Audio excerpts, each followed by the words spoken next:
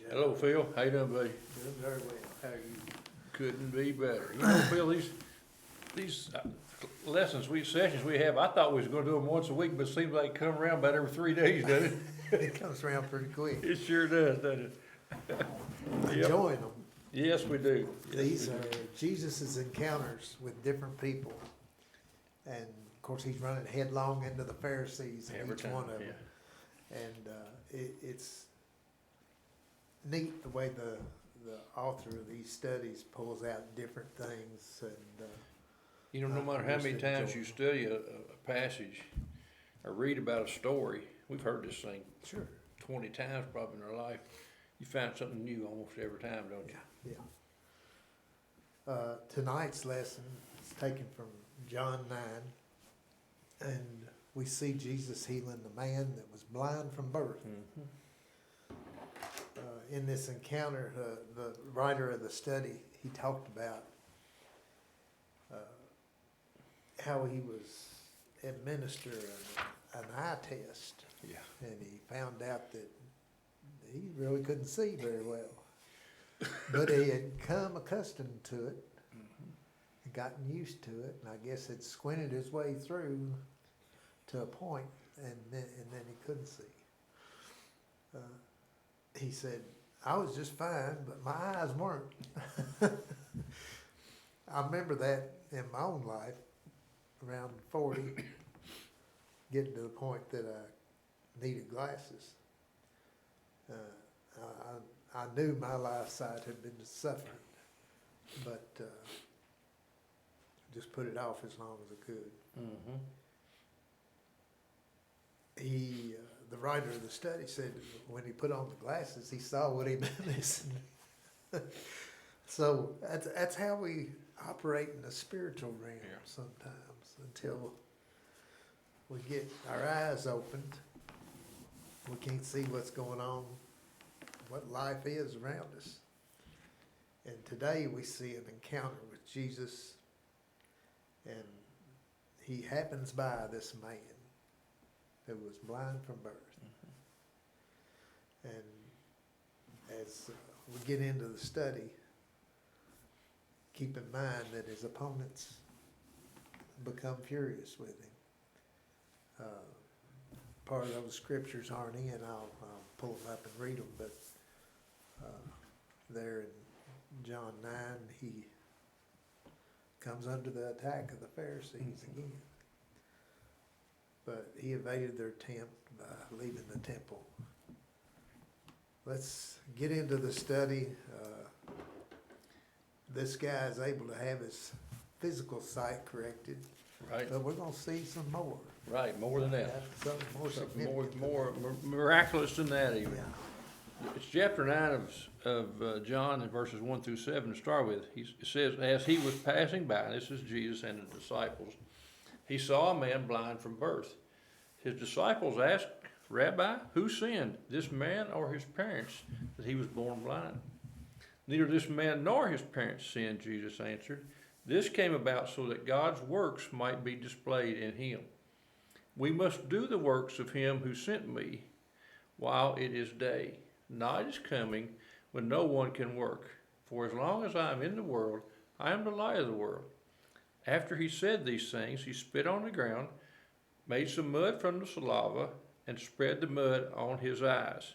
Go, he told him, wash in the pool of Siloam, which means sent. So he went, washed, and came back seeing. Jesus walking along with the disciples. We don't know what, it's probably shortly time frame after the lady was brought to be stoned. Yeah. Probably maybe a day or two later. We don't know exactly, but somewhere around the same time frame. And of course, as you said, the Pharisees are all after him all the time. And so he's walking along and he sees this man who's blind from birth. And the question in verse 2 is odd to us, Phil, because we don't really believe that now. But his disciples asked, Rabbi, who sinned, this man or his parents, that he was born blind? The whole culture in that time was anything that happened to you, a calamity, a disability, a sickness, had to do with a sin. It was either your sin or even back to sin of your parents, or even 3 or 4 generations back. We remember the book of Job and how his friends came to him and Yeah. said, "What'd you do? What'd you do? You sinned somewhere." or And another." they kept trying to get him to confess his sin. He Yeah. said, I haven't sinned. They even believed this so much that they believed that he could have even sinned while he was in the womb. And we know that's not possible, Phil. But they all believed that. Now let me read some out of my Bible that got a study guide here that tells a little bit about what that common belief was. It says a common belief in the Jewish culture was that calamity or suffering was a result of some great sin. But then he goes on to say that we live in a fallen world where good behavior is not always rewarded and bad behavior is not always punished. We know that today, Phil. We see Sure. people that prosper that we wonder why they prosper. And we see more suffering than anything else. And we wonder why that person is suffering, because they seem to be a righteous person, a godly person, but yet they suffer. We see that all the time. Innocent people sometimes suffer. We know that. Yeah. If God took the suffering away every time we had something come up, and we said, God, I broke my toe and it hurts. Can you fix that for me? And he instantly healed him. Why would we follow God at that point in time? Not because we loved him, but because of the things he could do for us, right? Yeah. So he doesn't do that for that very reason. We love him, we follow him because we love him, not because of the things he can do for us. Regardless of the reasons for our suffering, Jesus has the power to deal with it. That's what we're going to see in these verses today. But we do know, Phil, also that sometimes sins do go from generation to generation. How many times have we heard of someone who has molested a child, and when they get pressed about it, they say that they were molested as a child themselves. Yeah. Their parents molested Yeah. them, and it almost passes on. Yeah. It doesn't every case like that, but a lot of cases you see that. The writer talks about even sins like greed and selfishness can be passed down from generation to generation. So sometimes sins do pass down, but God doesn't punish us for what our parents did. Right. And he doesn't even punish us sometimes. Now, sometimes the consequences of sins we commit are there, and they're real. Other times they aren't. But they believed it was real. So much so, they said, maybe he sinned while he was in the womb. So Jesus' answer was, in verse 3, neither this man or his parents sinned. And that was probably difficult to them to grasp at the time, because they had been taught all along that every sin every calamity or illness, whatever, had a sin tied to it. But then he goes on and tells them what the reason it was. He said, this came about so that God's works might be displayed in him. We think sometimes that God asks us to do tough things. This man had lived his entire life in blindness, not being able to see his hand in front of his face, not knowing why, not understanding that at all, but it was for God's glory. It was to glorify God when God healed him. So some of the things God asked us to do are not hard. Not when we compare it to what this gentleman went through. You can always look a little further and see somebody that's a lot worse off than you are. Yes. But he said this was done because of glorifying God. Then he says in verses 4 and 5, he talks about we must do the works of him who sent me. He's talking about himself. He's got to be doing the things God wants him to do. Because night is coming when no one can work. I think he's referring there, Phil, to this short time later when he's going to be crucified. And during that period of time when he's in the grave, no one can work. He's not going to be able to work. So that's what he's referring to. But then he goes on and talks about one of the titles he uses for himself. He says, I am the light of the world, and as long as I'm in the world, I'm going to shed that light. That's what he's essentially saying there. Now we're going to see another name he uses for himself later on in the verses, but this one he talks about being the light of the world. God sent him to be the light of the world, and that's what he was doing. And then he goes back to the man. I guess the gentleman, I don't know if he's been close enough to hear this, what's going on, or if he's there in the area, of course. He begins the process of healing the man. And it's interesting that he used the dust on the ground and spit, because where did man come from? From dirt. Dust of the ground. And he breathed air into the nostrils God did, when he made him. So he's using the same materials that God used to create man in the first place. He puts this mud on the guy's eyes and tells him to go to the pool of Siloam, which means sent, and to wash. Now, two things this man had to do. First, he had to trust Jesus enough to start toward that pool. And if he'd been there, if he was 20, 30 years old, he knew how to get around even though he was blind. He had to trust him somewhat to put mud in his eyes. He had to trust him to let him put the mud in his eyes, because what are you doing to me? Yeah. And he had to trust him that God, what Jesus was telling him, and he didn't know who Jesus was. He just knew he was a man. To get up and do what he asked, what he told him to do. He'd never seen him, had he? Never seen him. At this time, he had never seen him, absolutely. And then he also had to have faith to push through the obstacles he was going to get to, run into going to the pool. We don't know how far it was, but for a blind person, if it was 50 feet, it was an obstacle. But yet he had faith, he trusted what this man was telling him, got up and started toward the pool, and he had faith to get through and around the obstacles that went his way. And it says that he washed and came back seeing. Now, from some of the later verses, I think we're going to see that he never did come back and speak to Jesus at that point in time. When he came back seeing, he just came back, and John says when he came back he could see. We don't think he talked to Jesus at that point in time based on some of the other verses. So that sets the stage for it. Jesus has seen the man laying there. Disciples want to know what caused his sin, his illness, blindness. Jesus said it wasn't anything except God's works were going to be glorified, and he healed the man. Let's look at the other verses now. Yeah. They start out, they asked the guy, the Pharisees come and they asked the guy, said, where is this man? He said, I don't know. Yeah. I don't know. And then they brought to the Pharisees the man had been blind. I'm reading from John 9:13. Yeah. They brought the Pharisees to the man who had been blind. Now the day on which Jesus had made the mud and opened the man's eyes was a Sabbath. And the same thing we ran into last week. Yes. Therefore the Pharisees also asked him how he had received his sight. He put mud on my eyes, the man replied, and I washed and now I see. Didn't lie, did he? No. Told the truth. What would a normal person have been at that point in time? Thrilled to death for this gentleman, right? Tickled to death. Absolutely. I mean, a normal person. And you or I think would. Yes. Been tickled to death for somebody. You think he's had this birth defect and lived with it throughout his life, Right. pecking around with a stick, probably. Right.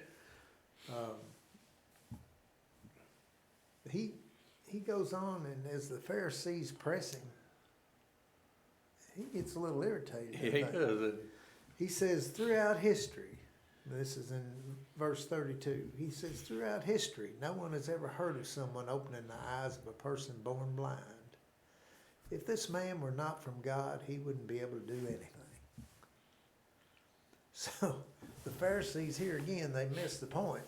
Yeah. The point to the Pharisees was he's broke the Sabbath again. He's broke our rules of the Sabbath again. They were only concerned with what day of the week it was. They weren't concerned with the man's condition or anything that happened. I don't think they were concerned with the miracle. You'd think they'd be saying, well, how did he restore your sight? And how can we do that? Yeah. Thinking, maybe that it is some type of special thing that he was able to do. It's odd that those that were supposed to be seeing with spiritual eyes were blinded. Yes. Uh-huh. Don't you think this man sounded very learned, very for someone that you think says was blind? I think he knew some Old Testament scriptures. Of course, he couldn't have read them, but he must have been taught them, Phil. He knew. Well, he wasn't the expert on spiritual No, matters. they were. But he was the expert on this miracle that had occurred. Yeah, I that's true, guarantee that's you. true. He was sure that he could see, Mm-hmm. and he was sure how it happened. He saw a miracle, and he believed the miracle worker. So he could see enough to know that this man, who they were saying couldn't be from God if he's doing these simple things on the Sabbath, he was saying, well, he must be from God, Yeah. or he couldn't do anything. No one's ever healed a man who's been blind from birth. How do you think the Pharisees reacted to that? Well, what did they do? They wind up putting him out. Yeah. Kicked him out of the synagogue, which was a big deal. But he said something to them that was profound, especially considering that he hadn't been around Jesus all that long. If this man were not from God, he wouldn't be able to do anything. He said, not only could Jesus not have done the miracle, but he could not have done anything. Jesus said in John 15:5, it says, the one who remains in me and I in him produces much fruit, because you can do nothing without me. Well, that tells you where the source is. We have no power to act. Nothing that is eternal will be done by our hands, but rather through Jesus. He's the source of all the power and the strength. And so as he spoke and he shared this testimony, he's teaching the people who are crowded around, wanting to see this guy that had this miracle done to him, whether he aimed to or not. And when the Pharisees pressed him, he had a streak of boldness, because what had been happening to people who had professed Jesus as the Messiah come, they've been putting them out of the temple. When they put them out of temple, Jay, they put them out of society. It ruined their business relationships. They were shunned, more or less. It's like the Amish kind of today. like the Amish were Exactly shunned. what it is, yes. And that's what his penalty was going to be if he spoke of Jesus as a Messiah. But they couldn't deny the fact that he'd healed the man. And it was the Sabbath day. Yeah. Why are they hung up on the Sabbath? It's one of those laws that I don't know. One of those 38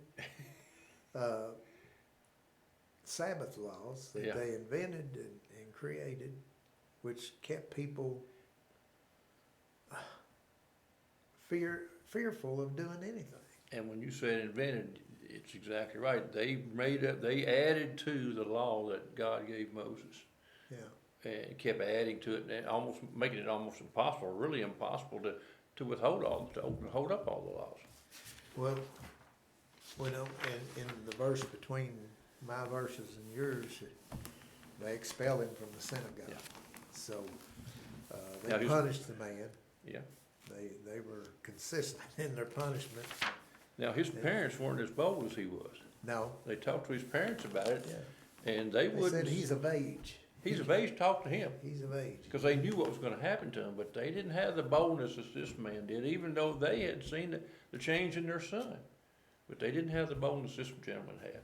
But the Jewish leaders passed this cruel judgment on him because he spoke the truth. And it was attributing the righteousness of God and his healing power through Jesus, and he spoke the truth. Spoke the truth about the person.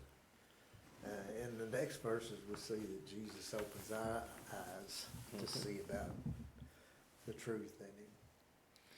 The verse 35 says, Jesus heard that they had thrown the man out, and he found him. He asked, "Do you believe in the Son of Man?" "Who is he, sir, that I may believe in him?" he asked. Jesus answered, "You have seen him. In fact, he is the one speaking with you." "I believe, Lord," he said, and he worshiped him. When Jesus found out that the man had been kicked out of the synagogue, kicked out, and he knew what that meant for the gentleman, he continued to have compassion on him. It says it sought him out. He had to hunt for him. Jesus didn't walk up to him. He had to try to find him in this throng of people in Jerusalem. And when he found him, he walked up to him and said, "Do you believe in the Son of Man?" That's another title that we see Jesus using. That Daniel used that title when Daniel listened to one of the dreams that the king had there and interpreted that. That's what he used, the Son of Man, in that when he interpreted that dream. Jesus used Son of Man for himself and as referring to himself in numerous times in the Gospels. So he says, "Do you believe in the Son of Man?" Now, Jesus replied that, "Who is he, sir?"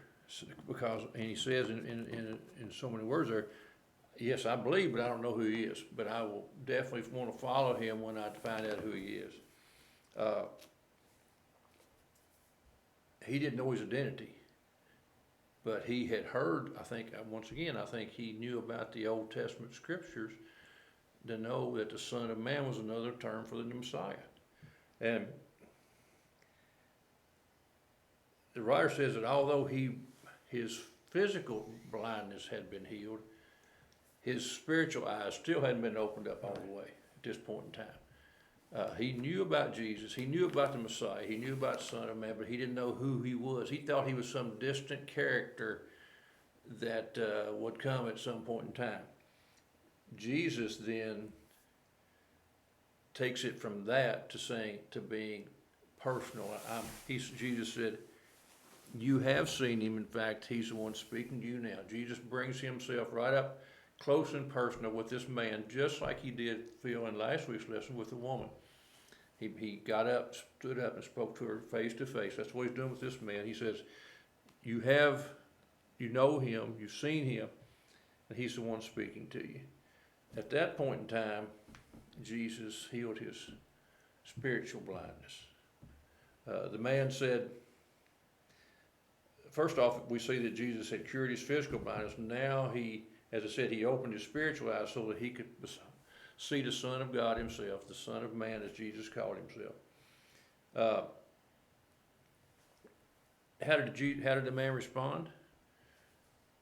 He says, I believe, Lord. He called him Lord, addressed him as Lord, just like we do whenever we confess him as our Savior.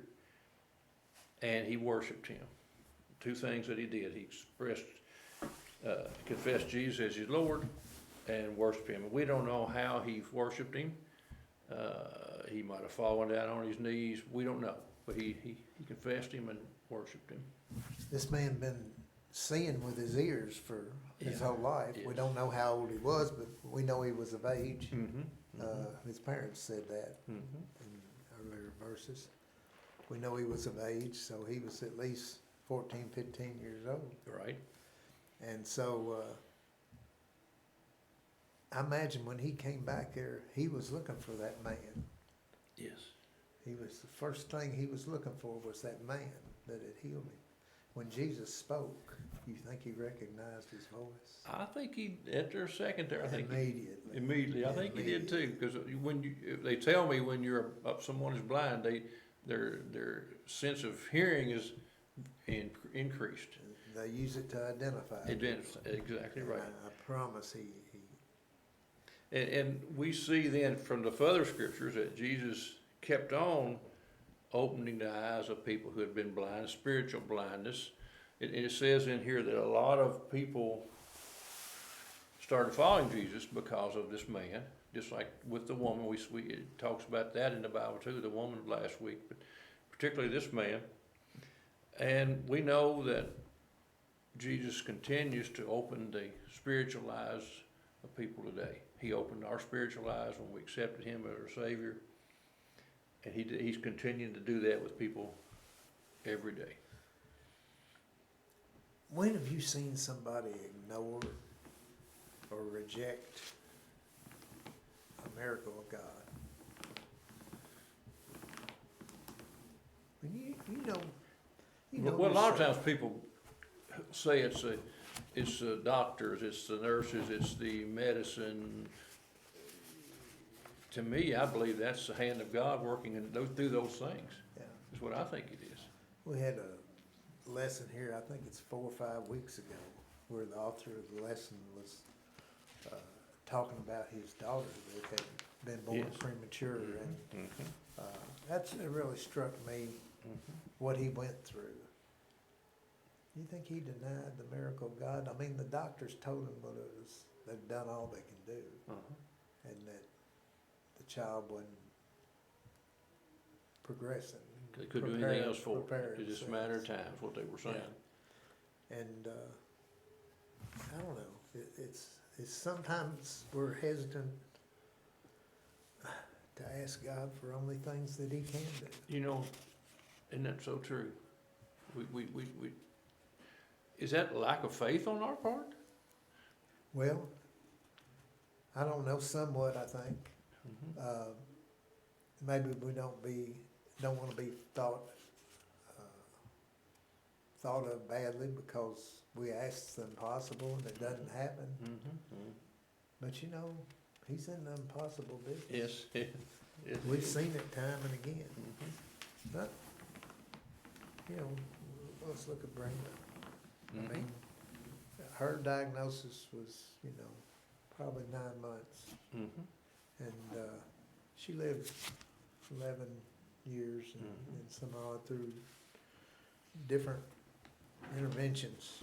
And how many times was God glorified through her life that she lived after that Still is diagnosis? being. Still is, exactly right, Through the exactly works right. that she did Yes. with the addiction recovery and things like that. Mhm. She's just one of God's saints. Mhm. Try to read through the Gospels, Matthew, Mark, Luke, and John. And as you read, take note of any insights you discover about who Jesus is and how He desires to work in your life. You'll be blessed. You'll be blessed. And pray for God to open your eyes and heart to see these things. We have to do it. We're busy people. Yeah. We have to, a lot of times we don't take the time to see God act in situations. In these last 2 weeks, Phil, I have come to have a greater appreciation, I should have had it all along, of the compassion Christ had. He didn't just heal somebody. He made sure that after that healing was done, He still took care of it. The salvation. The salvation in both the of them. physical healing's one thing. But Yes. salvation's totally something else, wasn't it? And He wanted to see those people Mhm. believe. Mhm. I think all of us reach a point at some time where our physical limitations have been met, and whether it's our sight or something else, we've had some pretty big things ourselves. But it's far more important than overcoming those physical infirmities Mhm. is for us to be able to see and be healed spiritually.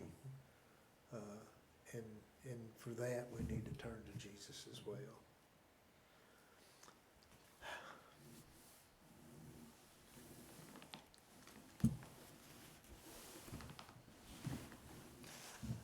Said I wasn't going to do this. It's okay, Phil.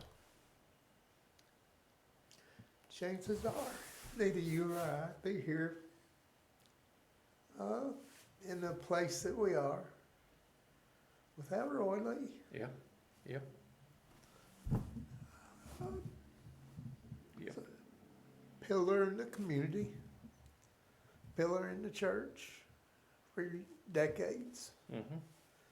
I think he's still the youngest deacon that was ever elected to the church.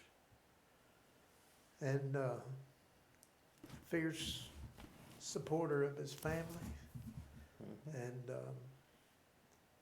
just a good man. He passed this week.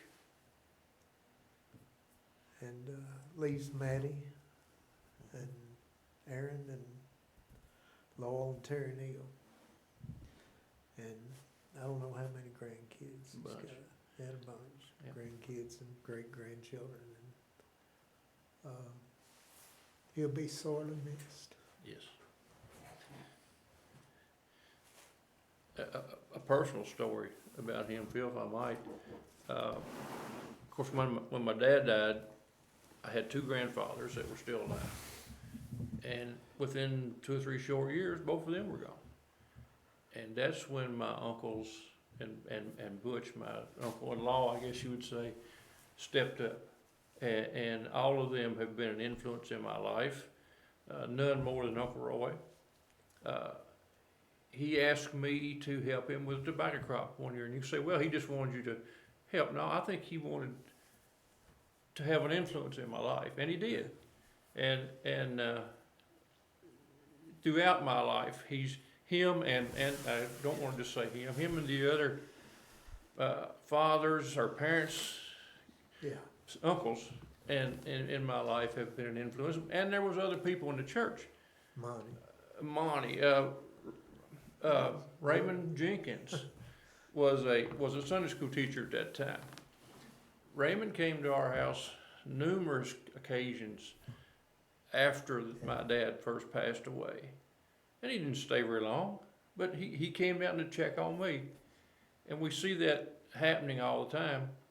A funny story about Uncle Roy, when we raised that tobacco crop about 3 years, and I was thinking about that, I guess it was yesterday morning after we knew he'd passed, about how much he didn't have to invite me to help him with that.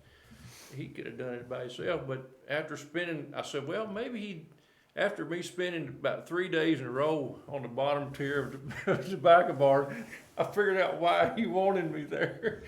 But he taught me work ethic. We taught me so much, and his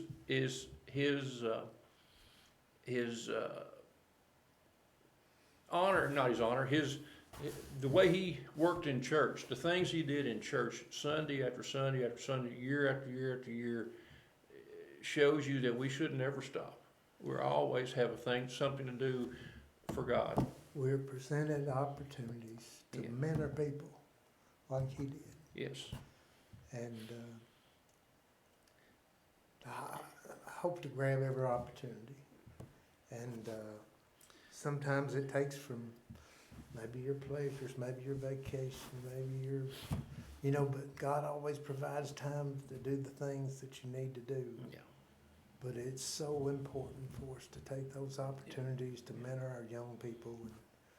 And he was one that sure stepped up and did that. Wouldn't it be great, Phil, if when we're gone, that somebody says, some young person says, what we said about him and what we said about other people throughout the years, that was somebody that took the time to know me, to help me out when I needed it, to be a mentor to me. I hope that people can say that about us, Phil, when we're gone. And I can't be sad for Uncle Roy. I can't, because we know exactly where he is. But you can be sad for ourselves, but not for him. We're so pleased that he didn't linger on after he had this last stroke. And that was my prayer, that he go pretty fast. And Aunt Maddie's prayer too. We talked to her, but we can't be sad for him or Brenda. We were sad when it happened, and we're still sad. But when it, well, we'll miss them. Well, yes, exactly. But exactly. We need to carry on. Mm-hmm. It's good examples, and we need to carry on and do those things and be that influence for somebody else. Exactly. Thankful that you all were able to join us. Hope you'll come back next week, and we'll have another encounter with Jesus. You're right. Can't wait to see what that one is. I haven't looked far enough ahead yet, Phil, but I will in the next day or two. We'll know what that Oh, one is. well. We'll talk about it next week. There you go. Thank you. For Thank you watching. all.